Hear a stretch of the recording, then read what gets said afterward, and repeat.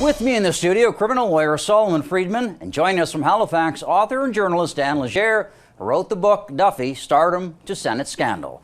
So, first question to you, Mr. Friedman, what do you think of Don Bain's defense? The old Duff, a swell fellow who would never do anything wrong, anything illegal. He was just a swell guy.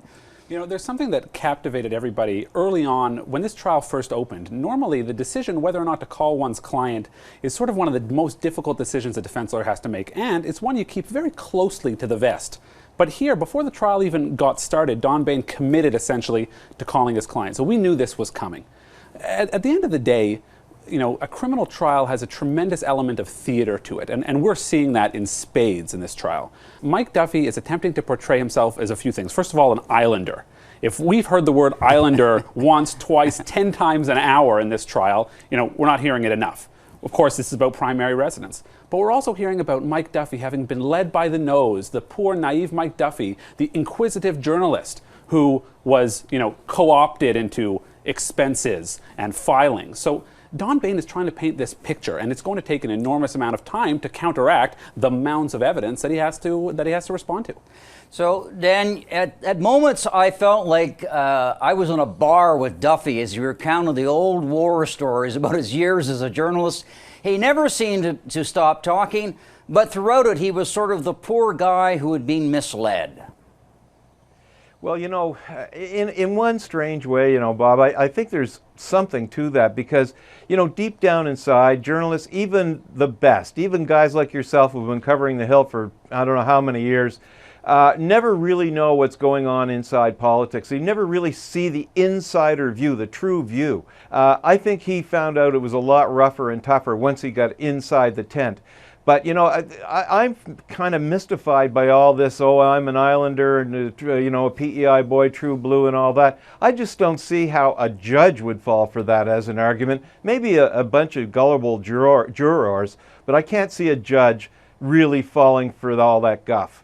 The second line of defense, which is that Duffy is this guy who's fallen off the turnip truck and, you know, he's been misled by people like Dave Tuckchuck to file all these expenses, and boy, he didn't know, he had no idea. But this is a guy who actually has been around Parliament Hill for most of his life. He knew how the game was played, and yet he's trying to go play the innocent in Ottawa.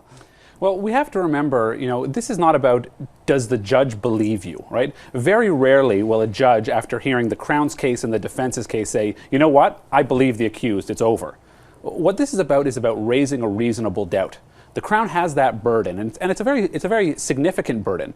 All Mike Duffy needs to do is raise a reasonable doubt that he had the criminal intent for fraud. Now, you know, this is just the beginning. This is just the testimony in chief. He is up against a very formidable Crown attorney. Mark Holmes is a good cross-examiner, a very good cross-examiner, and he has an enormous amount to work with. For every single explanation of innocence and naivete, there's a document with Mike Duffy or someone else's signature that says he approved a certain expense, and he's going to have to answer for that. Some of these things, too, I think Canadians have got to be shaking their heads that, you know, if you go for lunch with the deputy mayor of some town in BC or whatever, that somehow constitutes Senate business, or going to a funeral is something that's being done on behalf of the people of Canada. These things are all stretchers, but I mean, you know, maybe it is just going to raise the question of reasonable doubt. But you know what? People and Canadians aren't under that same judicial burden, and people are making up their minds about Mike Duffy and about the Senate. Now, a third line of defense that Mr. Bain gave was he keeps saying that there are no rules, they're not clear, how can you blame Duffy? But then when the new Senate Speaker, George Fury, got on the stand, he said, well, you know, I don't need rules to tell me I can't hire you, Mr. Bain, to cut my lawn.